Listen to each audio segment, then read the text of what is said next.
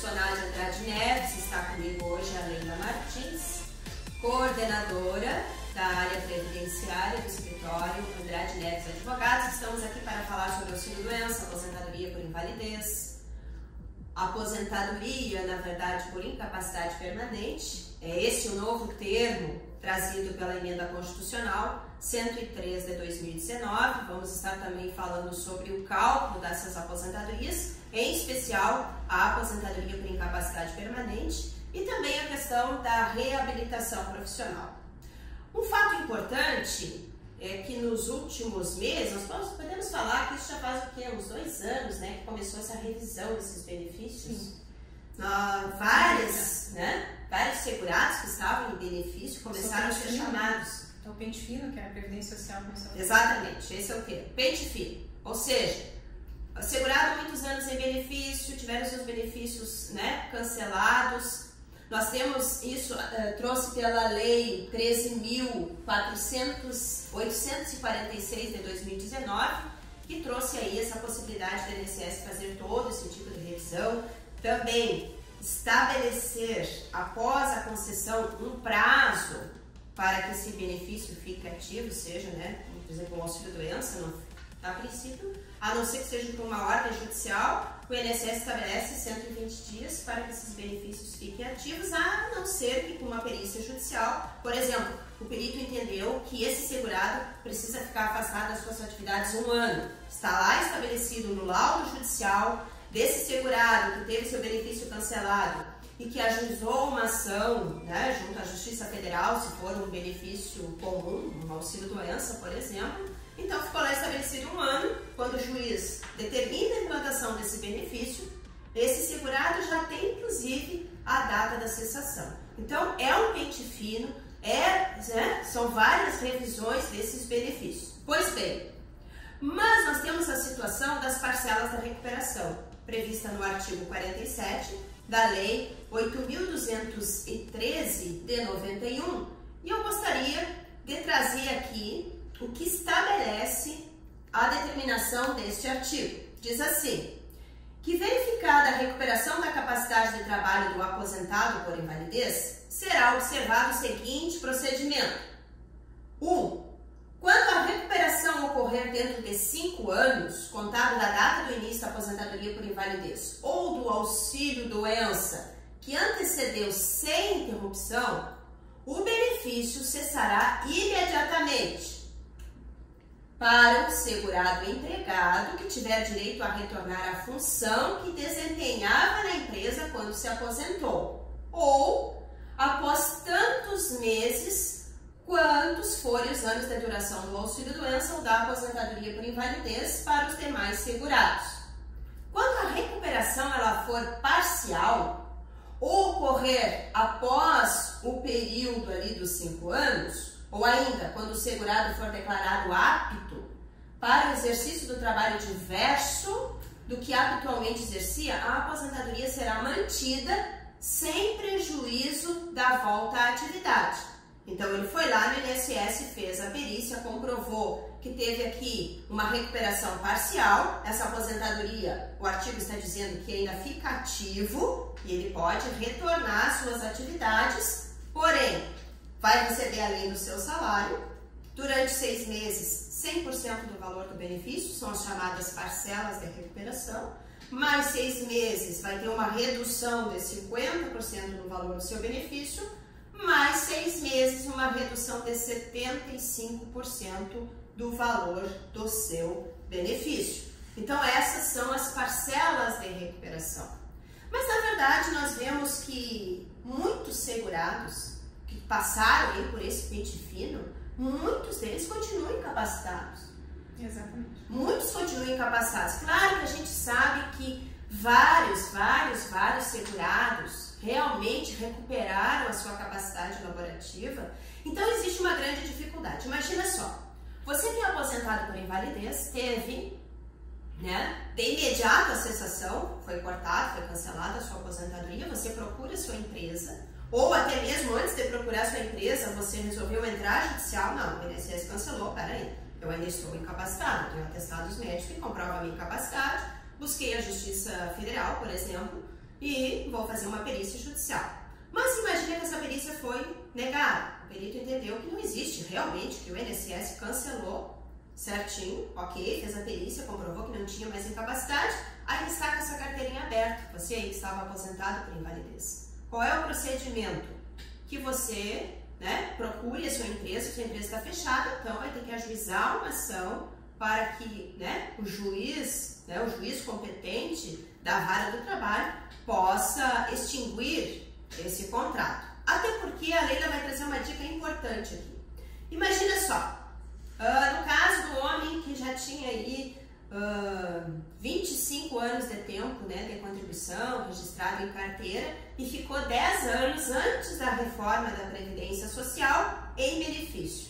Leila, ele voltou, não tinha mais empresa, a Justiça extinguiu seu contrato, registrou lá a extinção do contrato de trabalho, a empresa foi citada, ela não foi encontrada, ok, está extinto o contrato. O que ele deve fazer para ter direito à aposentadoria por tempo de contribuição na regra anterior à reforma? Nessa situação é importante que esse tempo em benefício que esse segurado adquiriu ao longo desses anos, ele seja intercalado com o período de contribuição. Porque caso contrário, se não houver uma contribuição posterior a esse período em benefício, ela não vai contabilizar nem para tempo de contribuição e nem para renda, ou seja, para o cálculo do valor do benefício. Então, muitos segurados eles acabam tomando aí essa atitude rápida de lá encaminhar o benefício, porque o assessor já tem aí 25 anos de tempo, né, de carteira, enfim, de contribuição, mais os 10 anos em benefício, fechou o tempo, vai lá encaminhar e acaba não sendo reconhecido. Leva um grande tempo aí, às vezes, para o INSS fazer a análise do pedido, indeferir, até que ele entenda que não foi computado esse período em benefício porque não houve uma contribuição intercalada.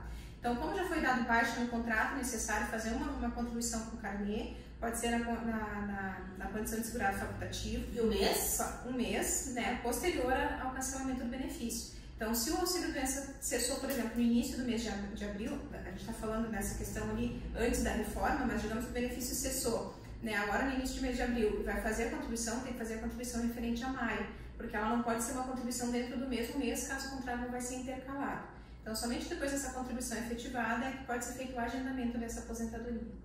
E com relação também à aposentadoria por invalidez, veja bem, nós temos aqui a situação de um segurado que há 15 anos está recebendo o auxílio-doença, sendo que nesses 15 anos, INSS cancela, entra judicial, a perícia comprova que existe incapacidade, né, no período aí de um ano, fica recebendo um ano, cancela novamente, vai para o INSS está a perícia ligada, volta para a justiça. Então, essa situação desse segurado, doença, artrite reumatoide, 15 anos em auxílio-doença, 58 anos de idade, trabalhador também, né, porque vai depender da atividade. Bom, aí veja a situação. O médico assistente deste segurado já determinou que não vai ter mais recuperação da sua capacidade laborativa. O médico assistente, aquele médico que ele vai todos os meses, que faz todo o tratamento. Inclusive, este segurado, ele recebe medicação, né, do Estado. O Estado foi condenado a fornecer uma medicação, que agora aqui eu não lembro bem qual é o nome da medicação, mas é um remédio muito caro, que esse segurado não tem condições, é uma doença que já está, né, numa situação no Estado que tem se agravado, e aí você sabe, essa medicação fornecida, um dia tem, outro dia não tem, um dia ele tem, né? Toma lá, de repente faltou um mês, faltou 2. Então são várias condições desse segurado para quê? Para que seja feito um pedido da sua aposentadoria por invalidez judicialmente, se vai muitas vezes até os tribunais fazendo toda essa fundamentação. Mas algo que chama a atenção agora vai ser a data da concessão, né? A data que foi reconhecida essa incapacidade permanente. Então, nós temos duas situações aqui. Por exemplo, imagina que você estava em auxílio-doença, o INSS te chamou, você fez uma perícia e você foi aposentado por invalidez em fevereiro de 2020. Você já está, né, na regra da reforma da Previdência, dizendo que o seu benefício agora ele vai ser calculado de uma forma diferente, conforme a Leila já vai estar explicando. Mas desse cliente, imagina que você tenha atestados comprovando que a sua incapacidade era permanente anterior à reforma. Então nós temos aqui, Leila, duas situações. Aquele que pode ser aposentado pela Previdência Social, pelo próprio INSS, após uma avaliação, e ter aí considerado o cálculo a partir da reforma. Se você tem atestados que comprovam que a sua incapacidade permanente, ou se na justiça você conseguir comprovar, a sua regra de cálculo vai ser totalmente diferente. Então, Leila, eu gostaria que explicasse, porque esse segurado que eu estou falando aqui, 58 anos de idade, já tem 31 anos de tempo de contribuição, se comprovar a incapacidade permanente antes da reforma, qual é o valor da aposentadoria? E se for comprovado após a reforma, qual é o valor da aposentadoria, né? Dessa aposentadoria por invalidez, a incapacidade, né? Permanente. De acordo com a regra anterior à promulgação da emenda constitucional 103, a média dos salários de contribuição ela era baseada nos 80% maiores contribuições desde julho de 94. Com a emenda constitucional 103 passou a ser a média de todas essas contribuições desde julho de 94. Então, esse fator inicial ele já faz com que o valor da média salarial, da média do benefício desse segurado já reduza bastante significativamente. E anteriormente à emenda constitucional, como é que você calculava o valor do benefício de aposentadoria por invalidez? Ele era transformado em 100% do valor que esse segurado estava recebendo de auxílio-doença. Lembrando que o auxílio-doença ele é 91% dessa média que nós falamos há pouco. E já com a nova regra da reforma da Previdência, hoje não é mais 100% simplesmente. Hoje é aplicado um coeficiente de proporção de acordo com o tempo de contribuição desse segurado. Então, nesse caso específico, esse segurado com 31 anos de tempo de contribuição, ele vai ficar com uma média de 60%, correspondente aos 20 de contribuição que ele já tem, mais 2% por ano excedente. Ele tem 11 anos excedentes, ele vai ficar aí com mais 22%, então ele fica com 82% dessa média.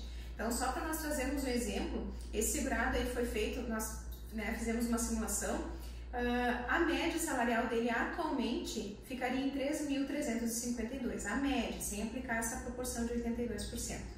Aplicando então os 82%, o valor do benefício de aposentadoria por invalidez hoje, ou concedido pós a reforma da Previdência, ficaria em R$ 2.748, enquanto esse mesmo segurado hoje, em benefício de auxílio-doença, ele recebe uma renda de R$ 3.918 em auxílio-doença, que se fosse concedida a aposentadoria, considerando incapacidade permanente antes da entrada em vigor da emenda, ficaria R$ 4.313. E aí, imagina ainda, se esse segurado tivesse apenas 20 anos de tempo de contribuição, da sua média ficaria apenas com 60% do valor do benefício. Então, da sua média, né?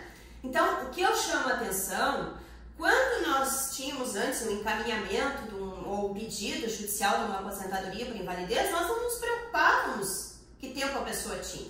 Se ela tivesse ali a carência, por exemplo, se ela tivesse obrigatoriamente seus 12 meses, seus 15 meses, seja lá, 5 anos, 10 anos, o cálculo ia sempre proporcionar, porque era 100% do valor. Isso era aposentadoria por invalidez. Agora, essa aposentadoria por incapacidade permanente, não, ela é 60%.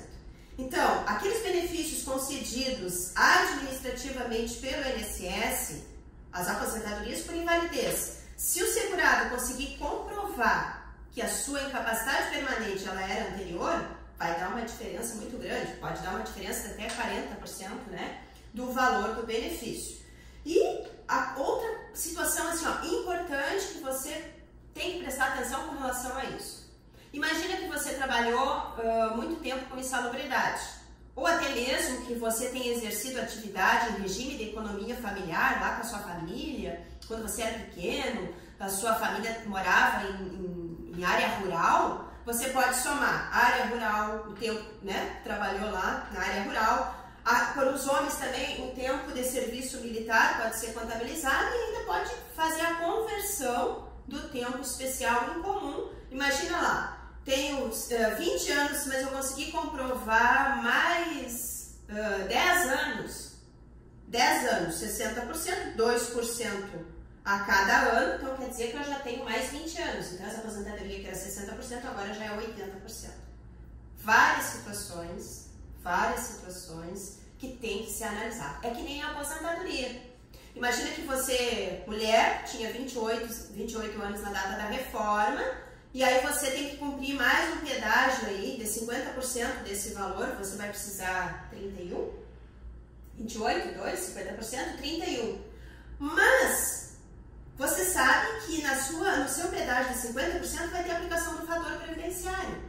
Enquanto que no pedágio de 100% não tem aplicação do fator previdenciário. Então você tem que se perguntar, será que agora é a época realmente que eu tenho para me aposentar? Então são várias questões quanto a isso, mas eu já estou lá na aposentadoria por tempo, por tempo não, né?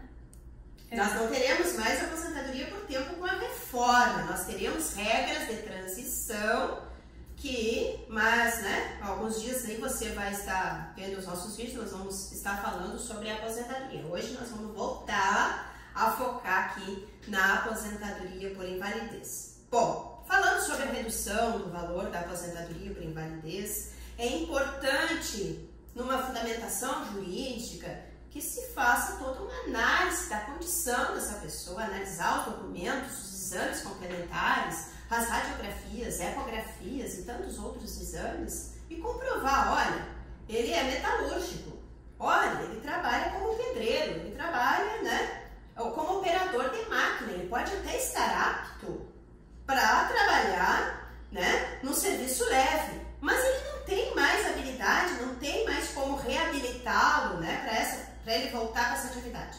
Reabilitação profissional. Nos processos judiciais, né, o juiz tem decidido que não pode cessar sem a reabilitação profissional. Muito lindo, parece tudo muito lindo, né? Mas, infelizmente, na realidade, né, processo administrativo, que é essa tua área, eu prefiro ficar no judicial do que no administrativo. Como que funciona quando o juiz disse assim, olha, INSS, tantos dias chama lá o segurado para passar por um processo de reabilitação profissional. O que acontece na prática? Nós vemos o quê? Que o INSS, embora seja uma previsão expressa na lei de que não deve cessar o benefício enquanto não houver essa realização do procedimento de reabilitação profissional e que o segurado seja dado como reabilitado para uma outra atividade que garanta a subsistência, não deve cessar o benefício. No entanto, o INSS chama, faz uma perícia e cancela o benefício argumentando que durante a perícia foi verificado que houve a recuperação dessa capacidade e não teria nem por que encaminhá-lo para um processo de reabilitação. Então hoje nós temos visto inclusive as ordens judiciais que determinam a inclusão em processo de reabilitação sendo descumpridas, é necessário fazer um peticionamento, demonstrar para o juiz que não houve cumprimento dessa ordem quando sai muitas vezes em sentença ou num acordo no tribunal. E aí é necessário toda uma nova intimação para que o INSS junte aos autos a documentação, né, encaminhe esse segurado para a reabilitação. Então, realmente é algo que não acontece na prática.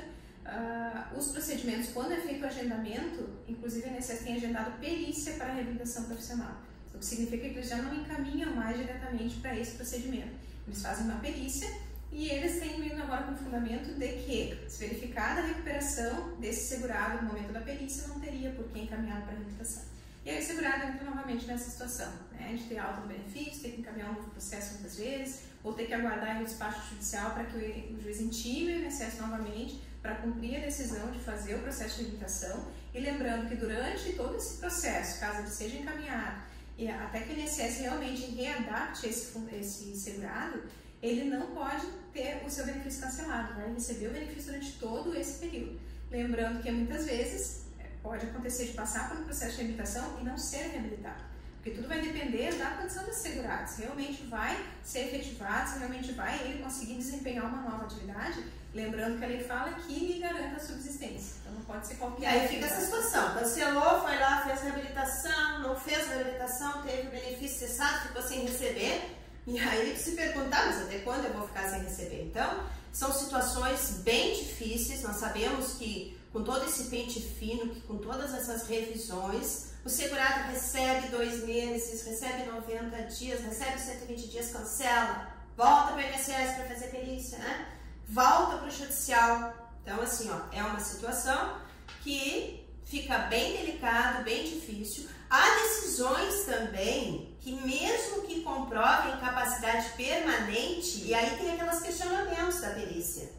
Tá, mas a incapacidade ela é total para qualquer atividade laborativa ou a incapacidade é somente para a sua atividade? Aí você imagina só, o segurado com 58 anos de idade está incapacitado para aquela atividade, por exemplo, é metalúrgico, ele não pode mais exercer. Não, vamos reabilitá-lo para uma outra função. Então, são várias situações que muitas vezes, né, o segurado, aquela pessoa que contribuiu, que trabalhou e que realmente precisa neste momento do benefício, porque comprova essa incapacidade, o INSS não aceita, muitas vezes o processo judicial também não garante isso. Pois bem. Lembrando nessa questão, duas observações importantes a fazer.